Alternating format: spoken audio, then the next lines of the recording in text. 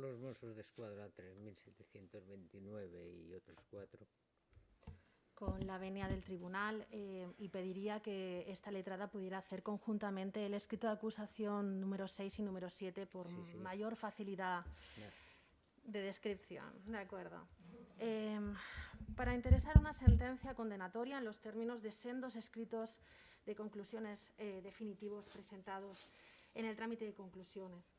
Y básicamente queremos venir a decir a la sala que en virtud de esa justicia material que tenemos que buscar, esa indagación, esa realidad de los hechos, nos llevará a distanciarnos cuantiosamente del escrito de calificación que hizo la sala e incluso intentar indagar e intentar inculpar por diferentes delitos, especialmente el delito de asesinato terrorista en grado de tentativa y, alternativamente, los de lesiones. Querían atentar y lo hicieron. Querían sembrar el miedo y lo hicieron. Y no solo sembraron miedo, sino que además lo materializaron. Tenían tan interiorizado el modus operandi, el método, que el Estarillo de Alcanar, su laboratorio del terror, fue como un contratiempo, pero que rápidamente supieron solventar, adoptando sencillamente otra forma. El plan era realmente matar. No había un plan A, no había un plan B. Sencillamente era matar y dañar. Ese estudio previo de la metodología, ese seguir con las directrices marcadas por el Daesh, con sus rituales, su manera de matar, les hicieron seguir a todos ellos con el camino que habían emprendido, el camino de sembrar el terror, el miedo, el camino de alterar la paz occidental y cumplir así con las consignas terroristas del Estado Islámico, Daesh, con el empleo de la violencia para intentar conseguir los fines que preconiza el movimiento yihadista global. Bien ha expuesto el Ministerio Fiscal en su informe los elementos, requisitos que constituyen el tipo penal de organización terrorista, así como todos los indicios, pruebas que se han practicado en estas sesiones de plenario, que llevan a que sin género de duda se concluya que Abdelbaki el-Sati, Mohamed Ichami, Younis Abouyabuk, Youssef Alaa, Moussa Oukabir, Said Alaa, Omar Ichami, Hussein Abouyakub, Mohamed Houli Chamlal, Idris Oukabir integraran esa misma célula yihadista. Todos participaron activamente de ella, todos tenían una misión, una finalidad, que los atentados se cometieran y como fuera. Tal como establecen diferentes informes policiales contenidos en autos, como por ejemplo el informe de Comisaría General de Información de la Policía Nacional de fecha de salida 12 de julio del 2019, obrante en la pieza 3, carpeta 3, subcarpeta 11, tomo 3, PDF del 105 al 142, del análisis de todos los indicios y según establecen, nos encontraríamos ante una célula terrorista incardinada dentro de la nebulosa de células yihadistas esparcidas por el mundo, desconectadas entre sí, que responden a los dictámenes emitidos por los líderes del Daesh. Prepararse para atacar a sus enemigos. ¿Dónde? ¿Cómo? Y cuando se pueda. Esta filosofía es creación de Abu Muhammad al-Amnani, que hasta su fallecimiento fue el líder de Daesh en Siria, el jefe de sus operaciones exteriores, órgano responsable de los atentados del Daesh en Europa, y el número 2 de la citada organización terrorista tras su líder Abu Bakr al-Baghdadi. Adnani, en una grabación de 2014, llamó a sus fieles a matar a ciudadanos de los países que formaban parte de la coalición inspirada por Estados Unidos para derrotarlos. Y dijo, si no eres capaz de encontrar una bala o un IED, siglas en inglés de un dispositivo explosivo improvisado, entonces selecciona al impío americano, francés o a cualquiera de sus aliados, golpéale la cabeza con una roca, asesínale con un cuchillo, pásale por encima con el coche, tírale desde un lugar muy alto, estrangúlale o envenénale. La consigna, por lo tanto, la llevaron a la práctica, pues una vez se quedaron sin explosivos, utilizaron los vehículos que sí tenían, adquirieron los cuchillos y hachas que en aquel momento no tenían, pero lo hicieron, y se dirigieron a dar cumplimiento a su fin, a su plan real. Confeccionaron cinturones simulados, y todo ello porque conocían la manera, el método, habían sido instruidos para ello durante tiempo. Cuantiosos vídeos se han encontrado en los dispositivos electrónicos de los miembros de la célula en cuanto a confección de explosivos, así como cinturones y chalecos bomba. Se quedaron sin la sustancia explosiva, pero tenían los vehículos, tenían las manos y sobre todo tenían el método, la consigna y el aprendizaje. Todos eran peones de una misma partida, inclusive Houli, inclusive Driss Oukabir. Ya no solo por sus actos antes de los atentados, sino por sus actos después o durante. Ese silencio, ese dejar hacer, ese callar, ese autorizar. Porque veamos, señor Houli prestó 6 declaraciones, pero la primera de ellas como testigo, y aún no habían ocurrido los atentados, Nada dijo de explosivos, sencillamente dijo que se estaban intentando confeccionar un nuevo petardo. No arrojó ningún dato. Se dijo que si hubiera dicho algo, posiblemente hoy no tendríamos la sangre que tenemos encima de la mesa. Por una imagen vale más que 1000 palabras. Y eso es lo que pudimos ver el primer día de sesión. Esas imágenes de esos vídeos de la célula, de partes de ellos, confeccionando, probándose en cinturón, riendo, amenazando.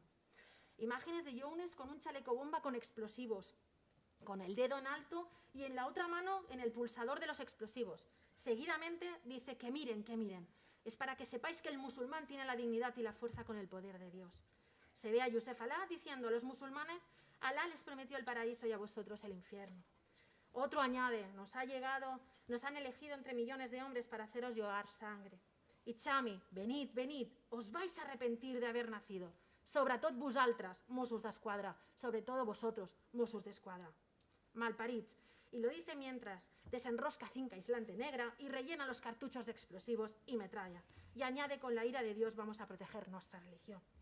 Justamente estas palabras de Mohamed y Chami son una clara amenaza hacia mis representados, hacia los Mossos d'Esquadra, lo que quede constatado a la vista de los acontecimientos posteriores, como bien trataremos posteriormente, ya no solo en la pieza de Alcanar, sino en la pieza de Cambrils. ¿Y quién graba las imágenes? Queda claro, era Holy Chemlal, quien incluso llega a decir que si Dios quiere, este nos abrirá las puertas del paraíso. Es evidente que pertenecía a la célula, era evidente que participaba del plan. Y lo hacía, esa grabación, con la cámara Canon que se encontró en las ruinas de Alcanar tras la explosión, pudiéndose recuperar el contenido de la misma, mostrando de este modo las aterradoras imágenes de la clara voluntad de la célula de cometer una masacre. Hablemos del tipo penal del artículo 573, es decir, el concepto que integra el delito de terrorismo y el porqué de tal, que radica básicamente en su finalidad. Veamos.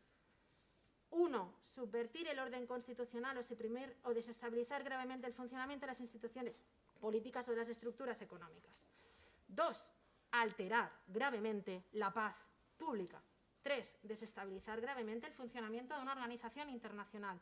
4. Provocar un estado de terror en la población o en una parte de ella.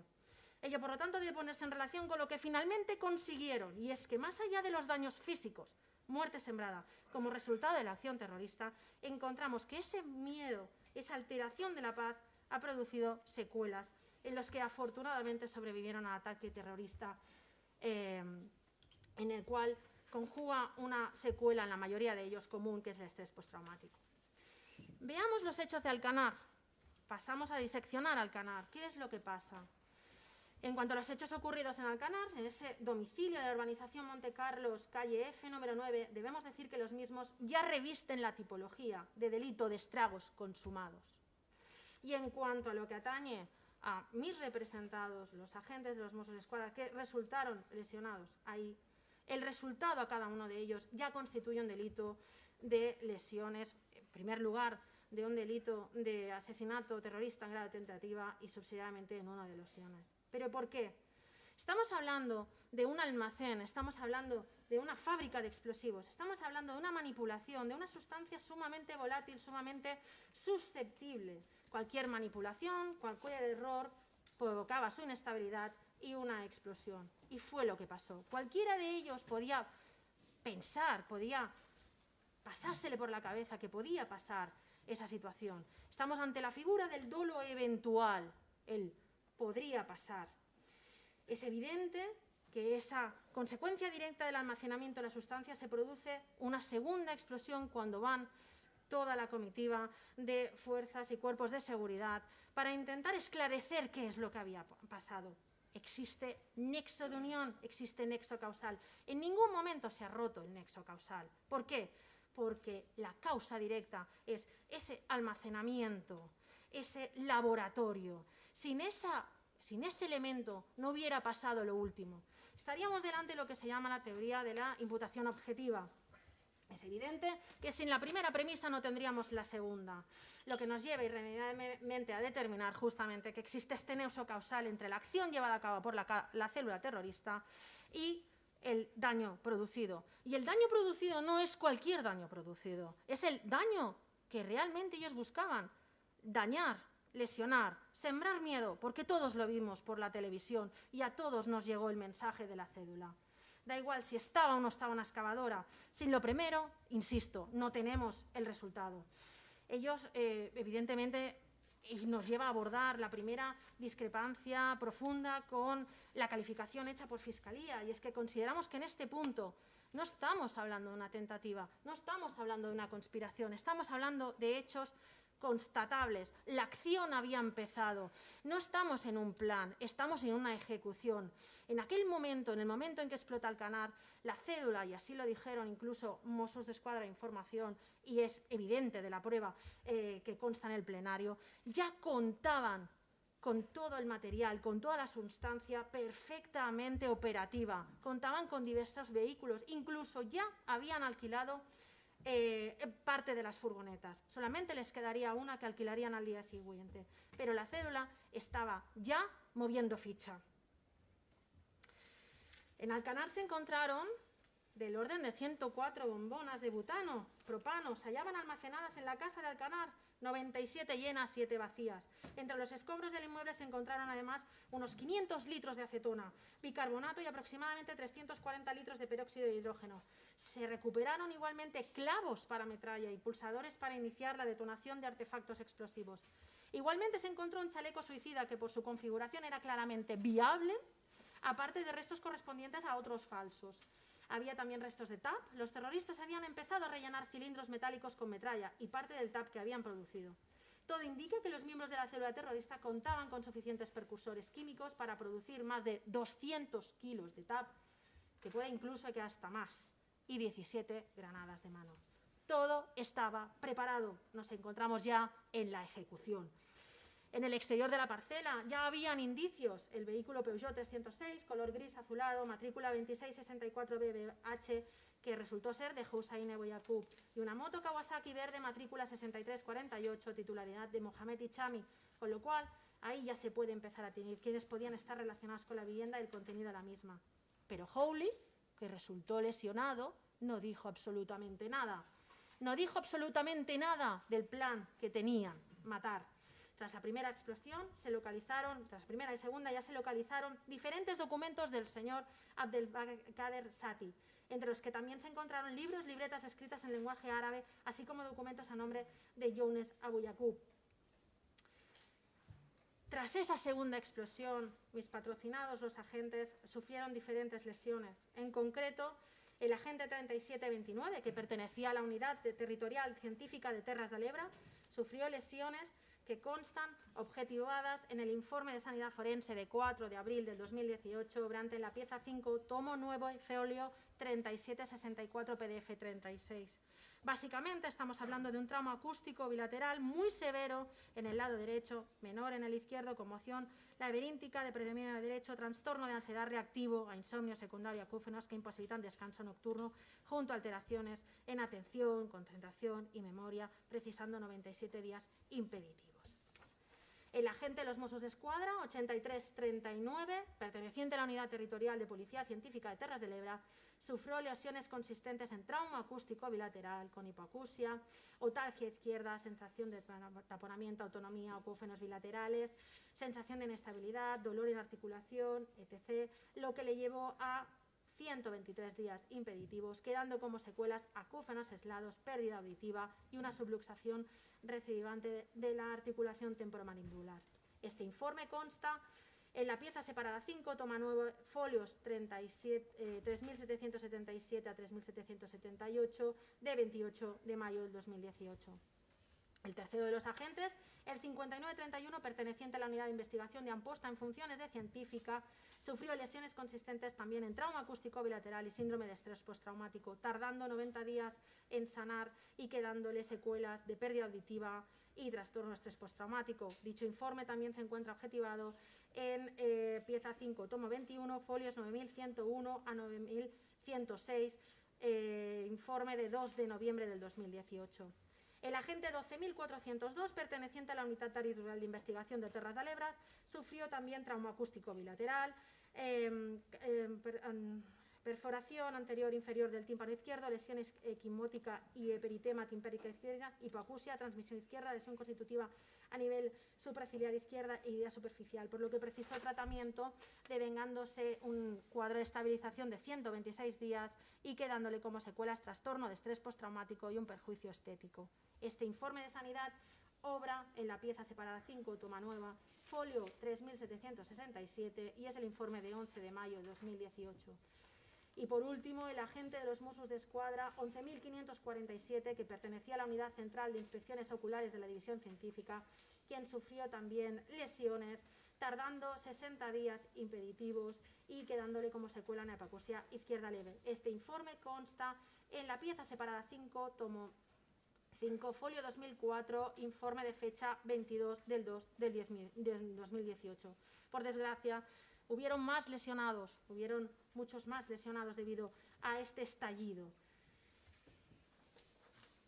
Cabe decir que se trata de un peligro en abstracto, general y comunitario que puede afectar a una colectividad de personas poniendo en peligro su integridad física. Pero en el mismo momento en que ese daño se materializa, tendríamos estos 5 delitos de lesiones o bien un delito de tentativa de asesinato a la vista de la intencionalidad real y el ánimo de la célula de matar. Existe un adoctrinamiento, existen diferentes pruebas en todo el plenario que así lo dicen. Justamente en Alconar se encontraron estos indicios de manuscritos de Saty dentro de un libro que consta en el indicio Z30. Aquí ya nos arroja el perfil del señor Saty como líder de esta célula, como quien impartió ese adoctrinamiento. En este libro se constatan ya escritos en los que dice que el autor no considera a los miembros del Estado Islámico como terroristas, sino como soldados. Saty se considera como un soldado de Daesh. El autor del manuscrito denomina Estado Islámico Daesh, que es precisamente como se autodenominan los miembros de esta organización terrorista, ya que se consideran realmente miembros de un Estado y repudian la denominación Daesh. El autor del manuscrito parece ser simpatizante de los postulados de Daesh, así como de otras organizaciones terroristas, yihadistas, puesto que en su misiva no hace referencia a España, sino hace referencia al Al-Ándalus, que es la denominación que tenía la parte de la península ibérica. Lo hemos escuchado diferentes periciales. También existe un libro en el cual se dice en árabe que tiene una solapa de color verde y en cuya primera hoja hay letras manuscritas y letras manuscritas en árabe. En el interior del libro se halla un folio tamaño DIN A4 plegado con un manuscrito hecho en caracteres árabes y en bolígrafo de color azul. Este libro se titula La doctrina Tahawiyya. A causa de su autor, el imán Ibn Tahawi, eminente ideólogo salafista, trata de temas doctrinales sobre esta corriente islamista. Y eso fue lo que impartió Saty a sus discípulos. Eso fue lo que les adoctrinó y eso fue lo que les captó a formar esa célula con esa consigna que evidentemente se ensalzó coincidiendo con el inicio del Ramadán del año 2017, en el cual se relata que existió esa reunión en la cual se pasó de la teoría a la práctica, de la teoría a la ejecución. Tras la explosión de Alcanar, el resto de integrantes de la célula siguieron los pasos para atentar, inclusive cuando tuvieron conocimiento de que el inmueble de Alcanar había explotado. Si bien y como en diferentes informes de inteligencia se recogían, la intención real era imitar el atentado en el estadio de Saint-Denis durante el partido de la selección francesa y replicar el ataque de la sala de conciertos Bataclan por la localización en que estaban desarrollando los locales de ocio de Cataluña. Hay cuantiosas búsquedas de sitios costeros, hay cuantiosas búsquedas de posibles objetivos y la similitud en la preparación de todo ello, todos los informes de información han venido a determinar que posiblemente pretendían hacer algo similar. Y aquí fue vital Mohamed Houli Chamlal, que se encontraba en el hospital, como hemos dicho antes. Ese silencio, ese omitir, ese tapar.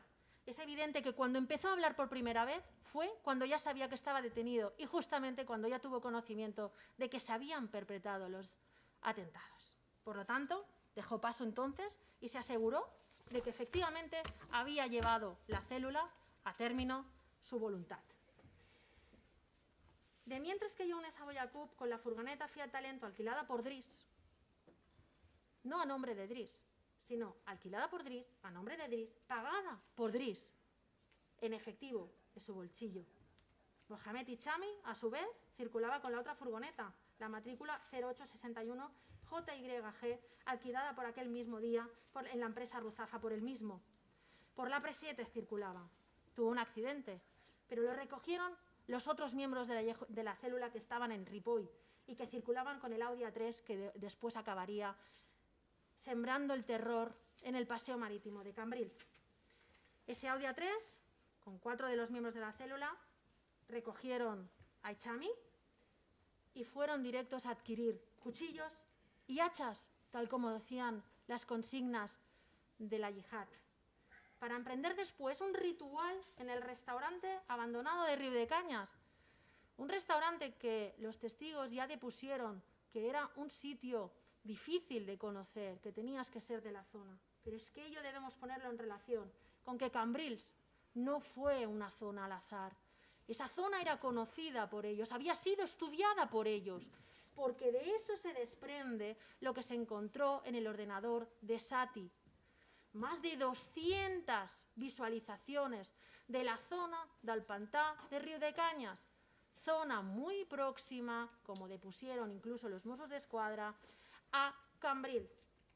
Allí empezaron ese ritual, un camino de no retorno. Ahí quemaron todo lo que llevaban. Era un ritual que conocían porque habían aprendido de tantas visualizaciones, de tantos vídeos. Lo tenían interiorizado. Quemaron sus pertenencias. Allí confeccionaron incluso con una camiseta roja los diferentes pañuelos que después veríamos que llevaron a atentar a Cambrils.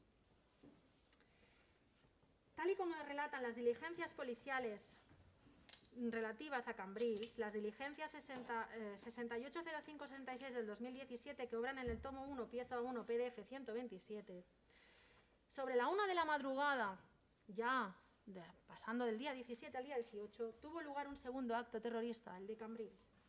Esas 5 personas que viajaban en el Audi A3, después de haber hecho ese ritual, 3 de ellos con esos pañuelos rojos en la cabeza, imitando el ataque que había pasado en Barcelona, empezaron a atropellar a personas que se encontraban en el paseo marítimo y acometieron contra el vehículo del control policial de Mossos d'Esquadra. Sí, acometieron intencionadamente.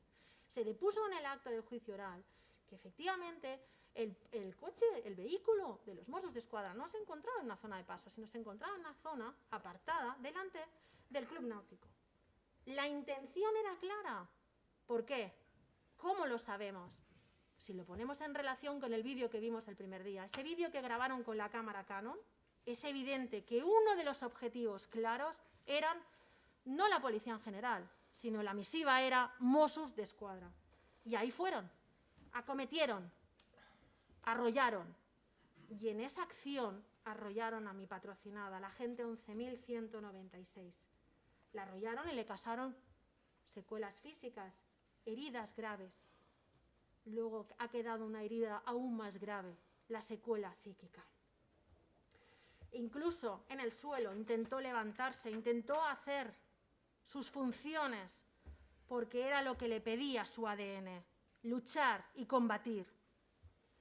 Momentos después, esos 5 terroristas salieron del interior del vehículo que había volcado debido a la virulencia del impacto y, armados con cuchillos y con hachas, empezaron a agredir a todo lo que se encontraba.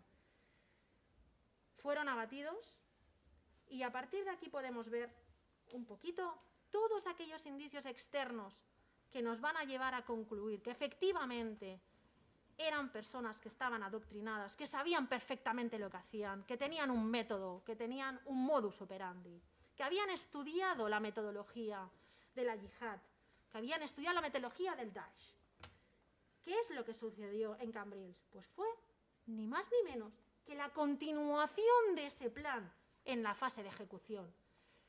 Se ha dicho que se había roto el nexo causal, se ha dicho por Fiscalía, pero ese nexo causal en ningún momento se ha roto, porque todo era un plan. Busquemos esa verdad material, busquemos dentro de los hechos realmente qué es lo que ha pasado, y ahí tendremos lo que ha pasado. Ese plan era matar, alterar la paz social. Daba igual de qué modo, y así lo hicieron con el método llevado a cabo por Daesh en otros atentados. Similaron imitaron algo que ya tenían sumamente estudiado. Testigos vieron antes de los atentados, días antes, aparte de los miembros de la célula, en concreto los trabajadores de un casino de Salou. Es decir, volvemos a decir que esa zona no era aleatoria. En el escenario de Cambrils, que se recoge en el acta IO 83-17 de 18 de agosto del 2017, confeccionada por Mossos d'Esquadra, el Astor 856, 859, 890 y 892, se evidencia lo siguiente. Se evidencia Cambrils 2, reseñado como Hossein Abu Yaqub, un pañuelo rojo, junto con indicio 31, cinturón explosivo simulado, junto con hacha a unos 10 metros. Junto a Cambrils 3, Said Alá, idéntico distintivo, pañuelo rojo, y junto a él, indicio 56, cinturón explosivo. Cambrils 4, Moussa Oukabir, lo mismo, pañuelo rojo y cinturón explosivo simulado, indicio 58. Cambrils 5, también cinturón explosivo simulado, indicio 54. Encontrando detonadores simulados, indicios, por ejemplo, el 66 del acta de inspección ocular, cuchillos. Cerca de Cambrils 1, que también se encuentra un grupo de indicios formado por varios subindicios, a su vez, que también se encuentran restos de cinturón explosivo simulado. Existe un informe de Mossos d'Esquadra sobre la valoración de la presencia de esos elementos simbólicos en la vestimenta de los autores del ataque terrorista. En concreto, ese símbolo, el del pañuelo rojo, es la pericial de inteligencia que obra en el tomo 21, pieza 1, folios 8540 y siguientes. A los agentes, el Astor 217 y 410, depusieron en el acto de juicio oral, y en su informe, y nos explicaron, que se dice que el uso de esa prenda implica un conocimiento profundo de la doctrina yihadista, que trascendiendo los conocimientos iniciales de los terroristas de Cambrils, por lo que refuerza la hipótesis de que tras este grupo existiese un actor, una estructura más compleja formada por elementos radicalizadores. El pañuelo lo llevaban 3 terroristas en Cambrils. Se encontraron otros dentro del vehículo, evidentemente lo que presupone que todos ellos lo llevaban. En el informe se hace referencia a algunos antecedentes terroristas justamente del uso de este pañuelo. Folio 8547. Atentados de París de 13 de noviembre de 2015. Atentados del 11 de septiembre del 2001, en el que los terroristas secuestraron vuelo 93 de United Airlines estrellado en Pensilvania conforme los ataques del 11S. Como conclusiones, se determina que los terroristas implicados en Cambrils, por los indicadores que refieren, se establece que sufrían un fuerte proceso de radicalización en el que podría haber sido dirigido, evidentemente, por personas conocedoras con el Islam, que fue Saty.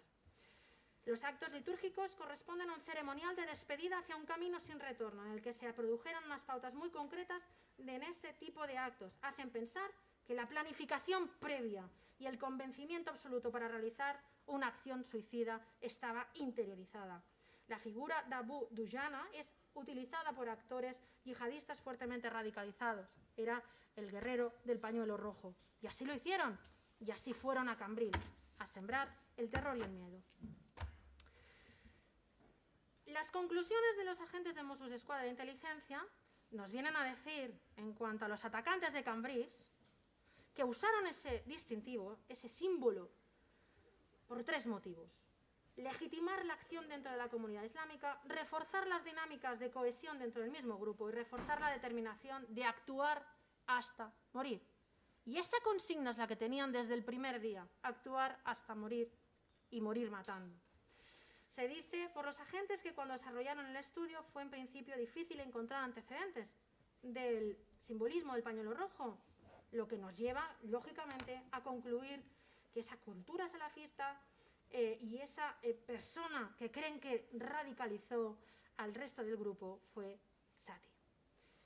Importante lo que manifestaron en el acto del plenario en relación a la planificación previa, que se le ha dado mucha importancia, evidentemente, y que esta acusación considera que no ha habido, insistimos, ni plan A ni plan B, sino solo un plan. La pueden fundamentar en la planificación.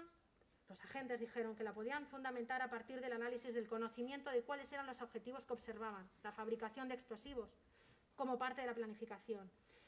La parte de la precipitación, que no improvisación, viene efectivamente por la explosión de Alcanar. pero es justamente eso, una precipitación de acontecimientos y ni mucho menos una improvisación. Son compatibles plenamente con el hecho entre medio que ocurrió con la explosión accidental o no de Alcanar. El escenario importante de Río de Cañas lo es porque ahí realmente se encuentran indicios importantes. Estamos hablando del acta de inspección ocular 8417 de 19 de agosto del 2017.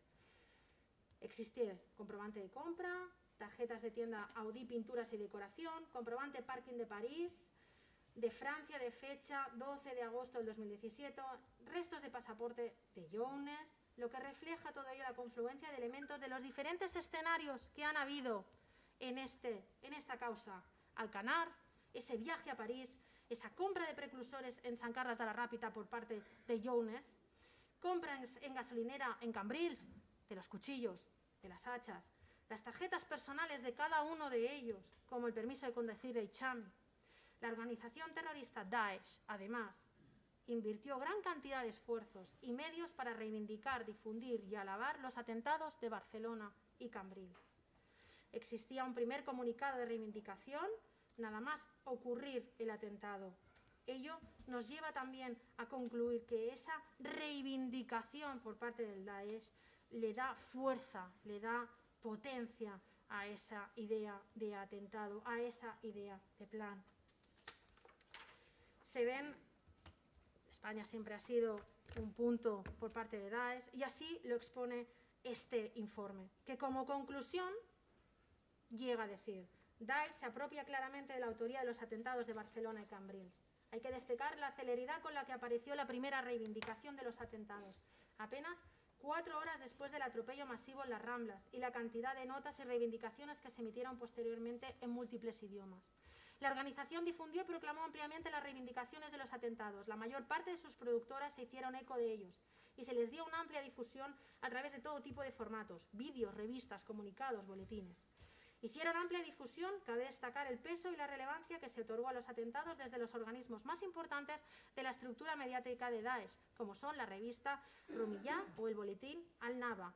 La relevancia en las plataformas utilizadas permite inferir que Daesh considera estos ataques unos de los más importantes cometidos por la propia organización desde los perpetrados en París el 13 de noviembre del 2015. Son cuantiosos los elementos inculpatorios del análisis de prueba y especialmente de las pruebas electrónicas. Tales análisis han sido ampliamente desarrollados por el Ministerio Fiscal y también por anteriores letrados de las acusaciones particulares. Hay una constante interrelación entre los teléfonos de todos los integrantes de la célula, tanto los que usaban habitualmente como los conspirativos. Evidentemente tenemos un elemento probatorio vital, que es justamente esta cámara Canon que se encuentra en Alcanar, donde se encuentran grabados vídeos y numerosas fotografías.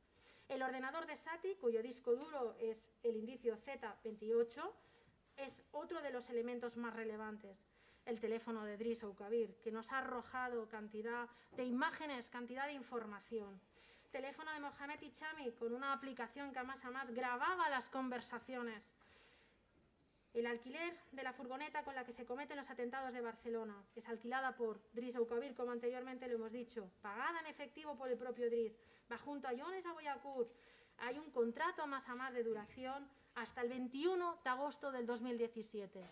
Todos los contratos de alquiler de vehículos son de una duración aproximada, lo que ya evidentemente realza esa idea de que efectivamente la idea era que el 20 de agosto de 2017 se cometieran los atentados que inicialmente ellos mismos habían planificado de una manera, pero sin dejar de que todo ello fuera un plan. Hazlo como sea y cuando sea. Nos hemos encontrado en que un testigo protegido nos ha hablado de que vio en una cafetería en Tona a Jones, a Driss Oukabir. Nos dijo que Driss Oukabir parecía que llevaba la iniciativa. Eso nos concuerda con lo que incluso nos han venido a decir aquí otros agentes de la autoridad que han analizado tanto los dispositivos del señor Driss Oukabir como ese actuar del mismo. Es evidente que el señor Driss Oukabir tenía un exceso de celo en la seguridad, comparable incluso con la figura de Saty. Seguimos. La Renault Kangoo, alquilada el 17 de agosto del 2017 a la mañana a nombre de Mohamed Hichami, en la que se encuentra un MP3 y el teléfono de Hichami. En el MP3 se encuentran nasheeds, cánticos importantes y relevantes en la yihad. Se reúnen en un restaurante abandonado en Riudecañas. Hacen ese ritual que ya anteriormente hemos enumerado, ese ritual de no retorno. A su vez, también se inicia la simbología del guerrero del pañuelo rojo, que ampliamente también hemos designado. Tres de los integrantes de esa célula llevaban ese símbolo, las reivindicaciones de Daesh.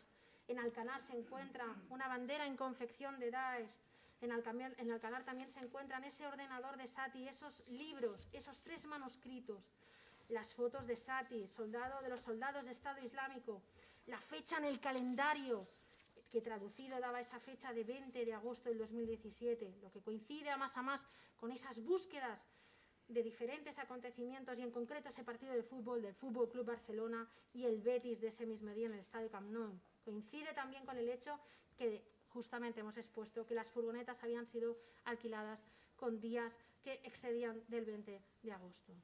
Sobre Driss Oukabir, decir y relevar el informe de 11 de julio del 2019 del Cuerpo Nacional de Policía, que consta en Pla de Givernet, en cuanto a ese indicio C36, ese teléfono Huawei,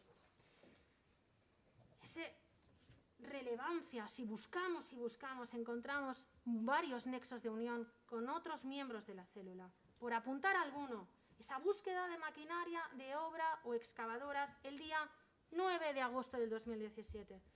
Justamente el mismo día que se realizan búsquedas en el mismo sentido a través de, por ejemplo, el móvil CTE Blade A510, indicio Z283. ¿Es casualidad? No, no es casualidad. Se analiza en el informe de 12 de junio del 2019 que consta en la pieza 3, carpeta 3, análisis electrónico, subcarpeta OCA, Casa Alcanar, tomo 3, folios 947 PDF 10 y siguientes. En concreto, en los folios 955 y 956 se evidencia que el mismo día 9 del 8 se realizan el mismo tipo de búsquedas que realiza Driss Oukabir desde Marruecos. El mismo día en que Saty regresa a España. Younes, a su vez, realiza 25 llamadas a empresas de alquiler de autocaravanas. En este dispositivo, además, encontramos contactos de Wallapop para comprar bombonas. También se encuentran 2.629 enlaces diferentes, con un historial de navegación que abarca desde el día 14 de julio del 2017 al 16 de agosto del 2017 a las 15 horas 13 minutos 32 segundos con el término alquiler 4x4 Puigcerdà.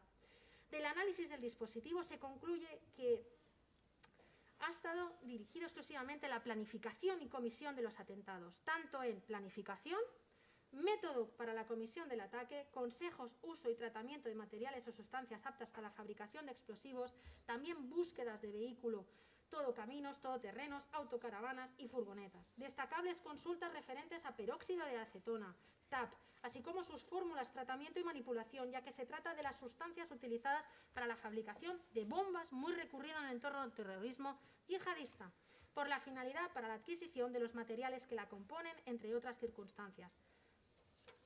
También existen búsquedas sobre ricina y semillas de ricino, una sustancia venenosa y extremadamente peligrosa. No se ha detectado un énfasis determinado sobre ello, pero sí podemos relacionarlo con el comunicado de reivindicación de Daesh de los atentados, en que hay una fotografía en que claramente habla de poison, de veneno. Son diferentes búsquedas de diferentes alternativas de cómo cometer un atentado, de cómo cometer una masacre. Búsquedas de alquiler de esos vehículos 4x4, furgonetas, caravanas. Ello viene relacionado a que su adquisición vendría dada para la utilización del mismo como instrumento apropiado para el atropello masivo de viandantes, recurso divulgado en la campaña propagandística de la organización terrorista Daesh, que desde 2016 vienen animando a sus acólitos a cometer atentados de una forma sencilla y barata. Y es lo que ha pasado, sencilla y barata, muy barato ha salido. Y que sirvió para la inspiración de los atentados de Niza, del 4 de julio del 2016, Berlín, Londres, Estocolmo, Londres otra vez, el 3 de junio del 2017. Londres de nuevo, 19 de junio del 2017. París, 9 de agosto de 2017. La elección del objetivo, otro motivo de búsqueda. Autoadoctrinamiento, búsquedas de personajes de distinguida notoriedad dentro del islamismo radical. Tras ello, enlazamos con el contenido de esa tarjeta de memoria SD de 16 GB contenida en esa cámara Canon, modelo Ixus 180 localizada en Alcanar. Importante.